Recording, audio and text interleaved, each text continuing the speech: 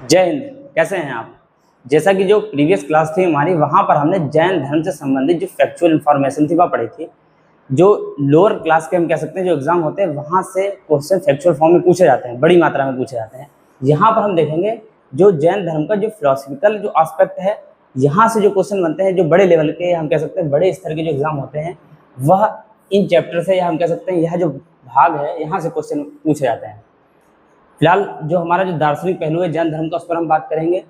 तो इसमें जो पहला जो हमारा पॉइंट लिखा है त्रिरत्न का सिद्धांत। जैन धर्म में सबसे ज्यादा महत्वपूर्ण जो बात है वह है त्रिरत्न का सिद्धांत। त्रिरत्न का सिद्धांत क्यों दिया गया? जैन धर्म में मोक्ष प्राप्ति हेतु, मोक्ष प्राप्ति हेतु साधन।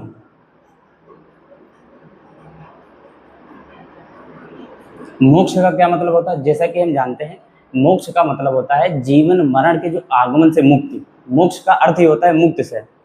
तो त्रिरत्न का सिद्धांत बताता है कि मोक्ष प्राप्त हो तो क्या क्या साधन होने चाहिए। तो मोक्ष का अर्थ यहाँ पे हम देखेंगे मुक्ति से। किससे मुक्ति? किससे मुक्ति? जीवन मरण के आगमन से मुक्ति। जैसा कि हिंदू जो फिलॉसफी है वह भी मोक्ष की बात करती है, बौद्ध फिलॉसफी भी मोक्ष की बात करती है। तो त्रिरत्न के सिद्धांत के तहत यह माना जाता है कि मोक्ष प्राप्ति हेतु जैन धर्म में यहाँ मानते हैं कि आपको 3 सिद्धांतों का पालन करना होगा। सम्यक दर्शन। सम्यक दर्शन क्या अर्थ होता है, पहले यहाँ पे हम समझेंगे सम्यक का अर्थ क्या होता है। सम्यक का अर्थ होता है सही, सही या सत्य। दर्शन का अर्थ होता है बिलीफ, या हम कह सकते हैं फेथ, कि तुम्हारी जो फेथ है, या हम कह सकते हैं जो तुम्हारा विश्वास है या तुम्हारी जो आस्था है वह सत्य है या नहीं सत्य है। क्या जो तुम्हारा फेथ है या तुम्हारा जो विश्वास है वह आडंबरों से परिपूर्ण तो नहीं है, या हम कह सकते हैं कि अंधविश्वासों से तो भरा नहीं है। तो उस हेतु जो इनका जो पहला त्रिरत्न, हम कह सकते हैं पहला जो सिद्धांत है वह क्या कहता है? सम्यक दर्शन। सही या वास्तविकता की हमें जानकारी होनी चाहिए, सम्यक दर्शन। दूसरा है सम्यक ज्ञान। ज्ञान कैसा होना चाहिए? सत्य होना चाहिए, जो वास्तविकता पर आधारित हो, क्योंकि वास्तविकता पर आधारित ज्ञान ही हमें अच्छे कर्मों के लिए प्रेरित करता है। अच्छे कर्मों हेतु प्रेरित। पहला हमने क्या देखा? सम्यक दर्शन, कि तुम्हारा, या हम कह सकते तुम्हारा जो बिलीफ है या तुम्हारी जो फेथ है वह अंधविश्वासों या आडंबरों से तो घिरी हुई नहीं है, कि ऐसा तो नहीं कि आप अंधविश्वास में जी रहे हो। तो पहला माना जाता है सम्यक दर्शन। दूसरा माना जाता है सम्यक ज्ञान, कि आपके पास जो ज्ञान हो वह सत्य पर आधारित हो, वास्तविकता पर आधारित हो, ताकि आप अच्छे कर्म हेतु आपको वह प्रेरित कर सके। तीसरा है सम्यक आचरण। सम्यक आचरण का मतलब होता है कि पवित्र चरित्र, सही आचरण। आचरण कैसा हो? जो आपका कंडक्ट या बिहेवियर है वह कैसा हो? सही हो, सत्य हो। तो यह जो 3 सिद्धांत हैं किसमें दिए जाते हैं? जैन धर्म में दिए जाते हैं। इन्हें क्या कहा जाता है? त्रिरत्न। पहला क्या है? सम्यक दर्शन। दूसरा क्या है? सम्यक ज्ञान। और तीसरा क्या है? सम्यक आचरण। हम तीनों का मतलब समझ लिया है। अब यहाँ पे जो सम्यक आचरण की जो बात है कि आचरण कैसा होना चाहिए, या आपका बिहेवियर या कंडक्ट कैसा होना चाहिए, सही होना चाहिए, उसके लिए किन बातों का अनुसरण करना चाहिए, उसके लिए दिया गया पंच महाव्रत का सिद्धांत। आपको 5 महाव्रतों का पालन करना होगा, जिससे आपका जो आचरण है वह पवित्र, या हम कह सकते सही होगा। पहला उसमें क्या है? सत्य। इसमें जैन धर्म में जो पंच महाव्रत में है सबसे जो इम्पोर्टेंट है सत्य, अहिंसा, अस्तेय, अपरिग्रह, ब्रह्मचर्य। सत्य का अर्थ है कि आप सत्य बोलें, झूठ ना बोलें। दूसरा है अहिंसा, किसी भी प्रकार की हिंसा से बचें, क्योंकि जैन धर्म जानते हैं जैन धर्म में अहिंसा पर अत्यधिक बल दिया जाता है। अगर जैन धर्म की बात करें, जैन धर्म में हिंसा को किसी भी स्तर पर, चाहे मन से हो या वचन से हो, हिंसा को हर स्तर पर नज़रअंदाज या कह सकते हैं उसका विरोध किया जाता है। तो यहाँ पे क्या है? सत्य, अहिंसा, हिंसा से बचें, अहिंसा का जो मार्ग है उसका पालन करें। अस्तेय का अर्थ होता है चोरी ना करें, चोरी ना करें। अस्तेय का अर्थ होता है चोरी ना करें। अपरिग्रह का अर्थ होता है धन का एकत्रीकरण या धन का एकत्र ना करें, धन को एकत्र ना करें, धन के एकत्रीकरण से बचाओ, करण से बचें। यहाँ पे हमें समझना होगा कि जैन धर्म में अपरिग्रह का जो कॉन्सेप्ट है वह क्या कहता है। क्योंकि यहाँ पे माना जाता है कि धन के संकेंद्रण से या धन के एकत्रीकरण से बचना चाहिए। क्यों बचना चाहिए? क्योंकि धन का एकत्रीकरण आपकी इच्छाओं या डिजायर्स को जन्म देता है, और डिजायर्स ही आपके दुख का कारण बनती हैं, इच्छाएं ही आपके दुख का कारण है। तो धन जो या हम कह सकते हैं जो पैसा होता है वह इसके लिए काफ़ी ज़्यादा रिस्पॉन्सिबल होता है। मनुष्य क्या करता है? भोग विलास में, भौतिकतावादी जो जीवन होता है उसमें संलिप्त हो जाता है। चौथा जो हमारा है ब्रह्मचर्य। ब्रह्मचर्य की जो बात की गई है, यह हम कह सकते हैं ब्रह्मचर्य की जो अवस्था होती है उसमें ज्ञानार्जन पर बल दिया जाता है। इसके बाद अगर हम देखेंगे हिंदू फिलॉसफी में ब्रह्मचर्य के बाद गृहस्थ आश्रम की बात की जाती है। तो ब्रह्मचर्य जो है वह पंच महाव्रत के अंतर्गत आता है। हालांकि जो 4 जो महाव्रत हैं, सत्य, अहिंसा, असत्य, अपरिग्रह, इनका जो कॉन्सेप्ट है यह पार्श्वनाथ ने दिया था। किसने दिया था? पार्श्वनाथ ने। पार्श्वनाथ के बारे में हमने पढ़ा था। जो ब्रह्मचर्य का कॉन्सेप्ट है, तो 5वें महाव्रत के रूप में ब्रह्मचर्य को किसने जोड़ा था? तो जैन तीर्थंकर 24वें जो तीर्थंकर थे महावीर स्वामी के द्वारा, महावीर स्वामी के द्वारा ब्रह्मचर्य को 5वें महाव्रत के रूप में जोड़ा गया। क्योंकि हमने यहाँ पे देखा है कि इसमें अहिंसा पर ज़्यादा बल दिया जाता है। जो सर्वाधिक जो बल दिया जाता है वह अहिंसा पर बल दिया जाता है। किसी भी प्रकार की मनसा वाचा या हम कह सकते हैं मन या वचन से, किसी भी प्रकार के कर्म से आप क्या करें? हिंसा से दूर रहें। तो अहिंसा पर अत्यधिक बल दिए जाने के कारण इससे क्या हुआ? समाज का एक जो वर्ग था जो कृषि कार्य में संलिप्त था, या हम कह सकते हैं जो योद्धा वर्ग था, कहीं ना कहीं वह इन जो सिद्धांत है, यह जो सिद्धांत है इसका सही तरीके से अनुसरण या पालन नहीं कर सकता था। क्योंकि कृषि में ही कहीं ना कहीं सूक्ष्म जो जीव होते हैं तो उनकी हत्या की संभावना हम कह सकते हैं बनी रहती है। जैसे आज के टाइम पे देखें तो बड़ी मात्रा में रासायनिक उर्वरक और खादों का प्रयोग किया जाता है, तो उस टाइम ऐसा नहीं था, तब भी हल या जुताई के समय कहीं ना कहीं किसी भी प्रकार की ना चाहते हुए भी हिंसा हो जाती थी। तो वहाँ पर कहीं ना कहीं चीज़ें बाधाओं के रूप में सामने आ रही थी जैन धर्म के समक्ष। तो इन्होंने क्या किया? जो पंच अणुव्रत का सिद्धांत दिया। पहले जो पंच महाव्रत था, यह हम कह सकते हैं जो जैन जो मुनि होते हैं,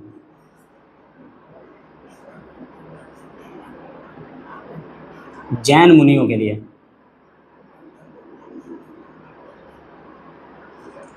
इसमें किसी भी प्रकार की कोई भी छूट नहीं होती है या सीमा से बंधे हुए होते हैं।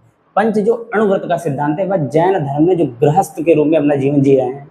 क्योंकि आप जब गृहस्थ जीवन में प्रवेश करते हैं वहाँ पे आपको व्यापार भी करना पड़ता है। अगर आप सैनिक के रूप में भूमिका अदा कर रहे हैं तो वहाँ पे हो सकता है आपको हिंसा को भी प्राथमिकता देनी पड़े, कुछ परिस्थितियाँ ऐसी आ जाती हैं। फिर आप अगर कृषि कार्य में हैं तो वहाँ पे भी कहीं ना कहीं आपको चीज़ों का सामना करना पड़ता है। इसलिए पंच जो अणुव्रत का जो सिद्धांत दिया गया वो गृहस्थों के लिए दिया गया। हालांकि वह सिद्धांत यही है, पर इसमें कुछ हद तक छूट या हम कह सकते हैं लिबरल अप्रोच को अपनाया गया। तो हमने क्या देखा? जो पंच महाव्रत का जो सिद्धांत है वह जैन मुनियों के लिए है, जो कि सीमाओं से बंधा हुआ है, कठोर है, रिजिड है। वहाँ पे सत्य, अहिंसा, असत्य, अपरिग्रह और ब्रह्मचर्य की बात की गई है। पंच जो अणुव्रत का सिद्धांत है वह किन के लिए है? गृहस्थों के लिए है। फिर यहाँ पे हम देखते हैं कि एक कॉन्सेप्ट आता है अनेकांतवाद या स्यादवाद का। सप्तभंगीय जो अनेकांतवाद या स्यादवाद, यहाँ पे क्या माना जाता है? यहाँ पे माना जाता है कि सत्य के एक से अधिक पहलू होते हैं। यहाँ पे यह माना गया है कि सत्य के एक से अधिक पहलू हैं।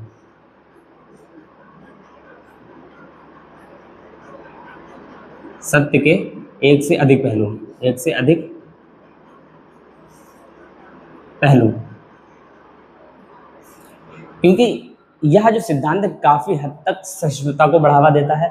अगर हम यह मान लेते हैं कि हम ही सत्य हैं तो कहीं ना कहीं यहाँ पर एक सामाजिक तनाव या विचारों में हम कह सकते हैं एक मतभेद बड़ी मात्रा में देखने को मिलता है। तो यहाँ पे यह मान लिया जाता है कि सत्य के एक से अधिक पहलू हो सकते हैं। अगर कोई भी बात जो मेरी दृष्टि से या मेरी नज़र में सही है, हो सकता है कि वह आपकी दृष्टि से या आपके परिप्रेक्ष्य में गलत हो, या जो आपकी दृष्टि से सही है हो सकता है मेरी परिप्रेक्ष्य में गलत हो। तो यहाँ पर कहीं ना कहीं जो सत्य के एक से अधिक पहलुओं पर जो बल दिया गया है वह कहीं ना कहीं सहिष्णुता का परिचायक है।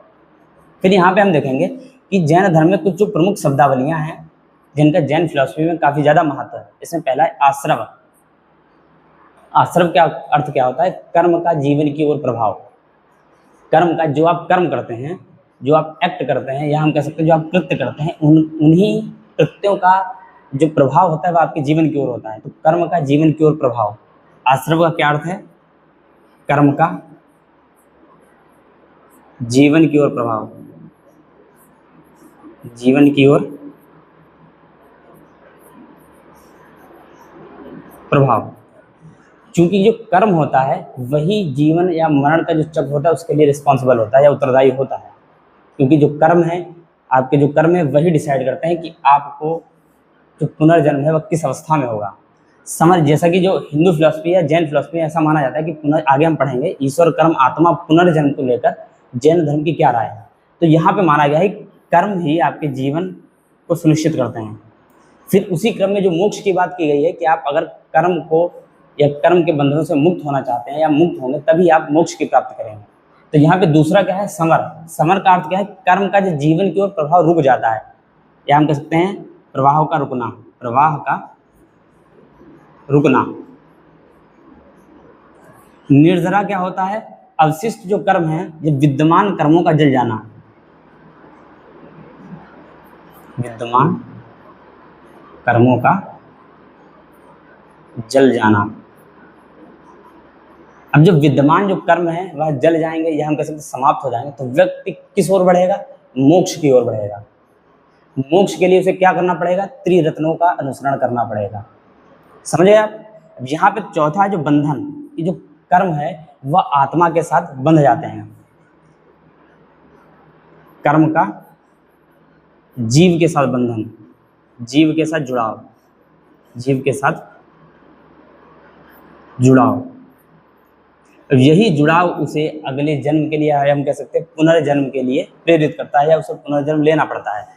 तो पहले तो अगर आपको मोक्ष की प्राप्ति करनी है, जैसा कि जैन साहित्य, हम कह सकते हैं जैन फिलॉसफी कहती है, अगर आपको मोक्ष की प्राप्ति करनी है तो आपको त्रिरत्नों का अनुसरण करना पड़ेगा। उसमें आपको क्या करना होगा, सम्यक दर्शन, सम्यक ज्ञान, सम्यक आचरण को आपको पालन करना पड़ेगा।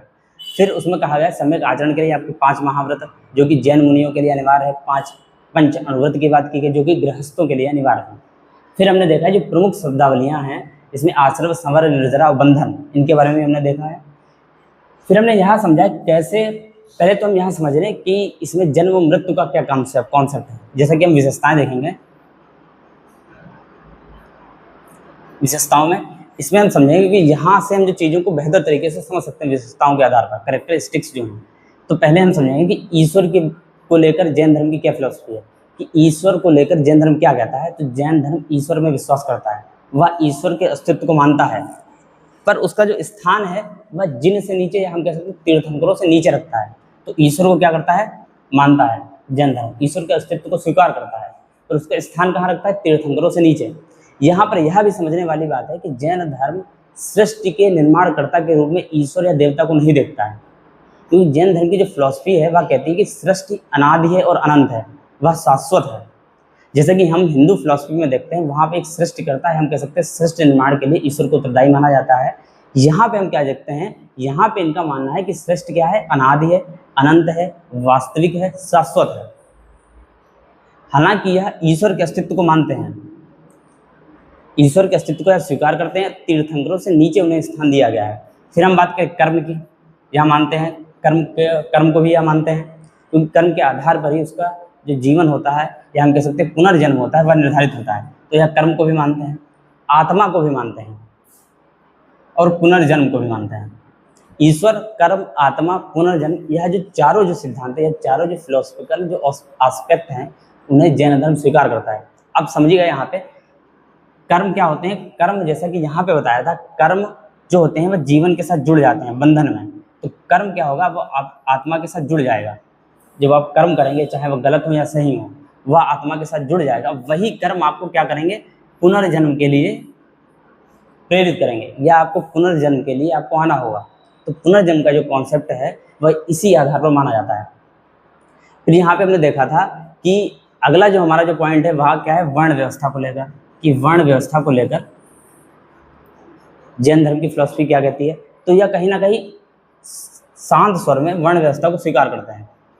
जैसा कि हम बौद्ध धर्म में जाएंगे तो वहाँ पर आरंभिक टाइम पीरियड में वर्ण व्यवस्था को पूरी तरीके से नकार दिया जाता है, पर यहाँ पे यह मौन स्वर में कह सकते हैं तो वर्ण व्यवस्था को स्वीकार करते हैं, और यह मानते हैं कि व्यक्ति अपने कर्मों के आधार पर ही उच्च कुल में या निम्न कुल में जन्म लेता है। अगर आपके कर्म अच्छे होंगे तो आप उच्च कुल में जन्म लेंगे, या आपके कर्म अगर बुरे होंगे तो आपको निम्न कुल में जन्म लेना होगा। और जन्म लेना का कॉन्सेप्ट कहाँ चला जाता है, पुनर्जन्म में। अगर पुनर्जन्म हुआ है तो कहीं ना कहीं वो डिसाइड क्या करते हैं, आपके कर्म डिसाइड करते हैं।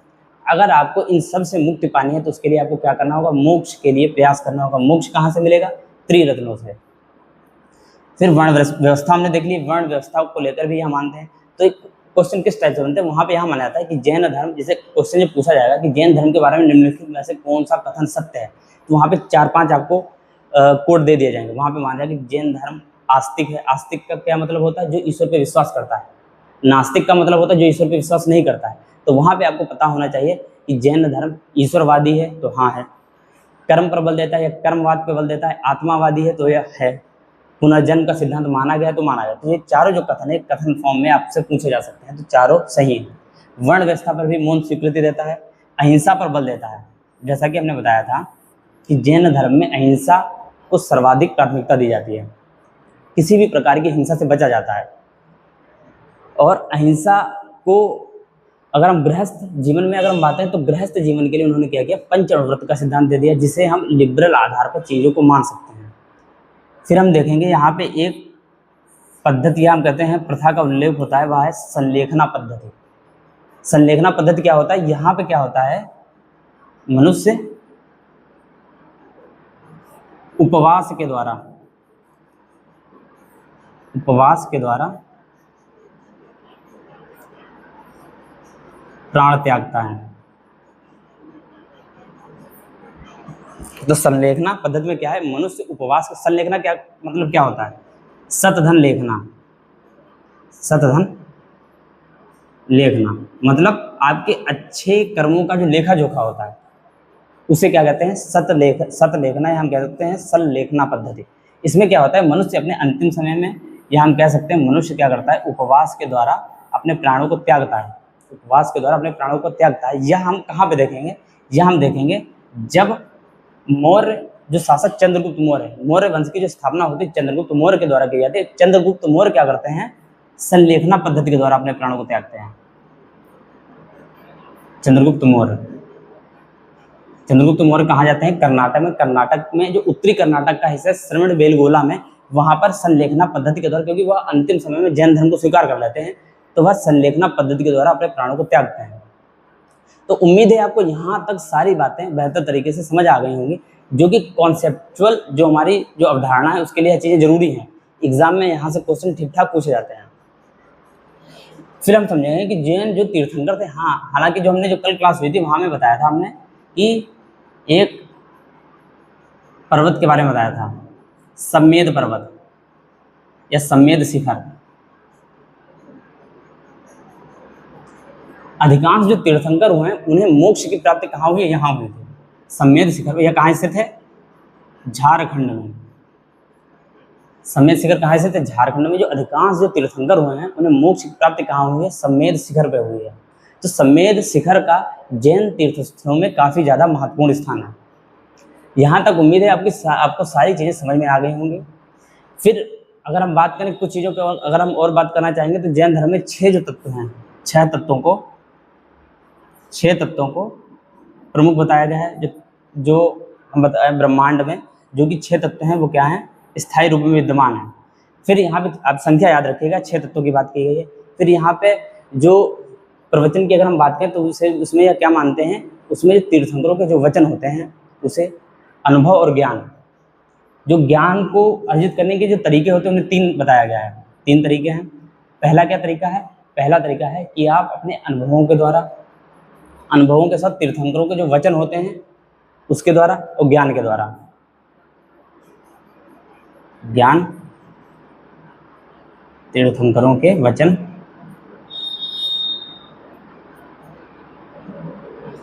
और अनुभव।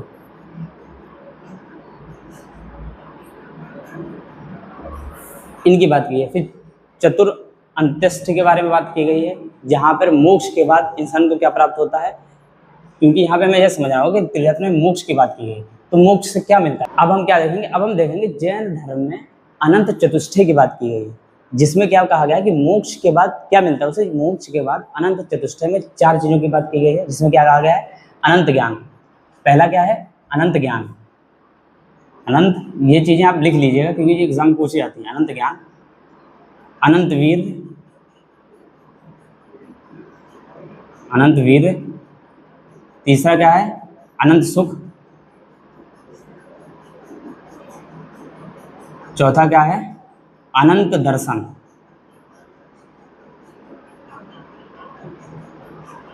इस तरीके से अब हमने क्या किया, जैन धर्म का जो दार्शनिक पहलू था या उसकी जो विशेषताएं थी उन पर हमने डिटेल से चीज़ों को समझ लिया। यहाँ से उम्मीद है कि आपको सारे जो क्वेश्चन आते हैं एग्जाम में वो फंसेंगे यहाँ से। अब हम मिलेंगे नेक्स्ट क्लास में, जहाँ पर हम फैक्चुअल जो इन्फॉर्मेशन है, जैसे कि बौद्ध या हम जैन जो समितियाँ हैं उनका आयोजन कब हुआ, किन कालखंड में हुआ, शासक कौन था, उन पर हम बात करेंगे। और जैन धर्म की जो और भी जो फैक्चुअल जो जानकारी है उनको लेकर हमारी जो नेक्स्ट क्लास होगी वह जैन धर्म पर होगी, इन्हीं चीज़ों को लेकर। चलिए मिलते हैं नेक्स्ट सेशन में। जय हिंद,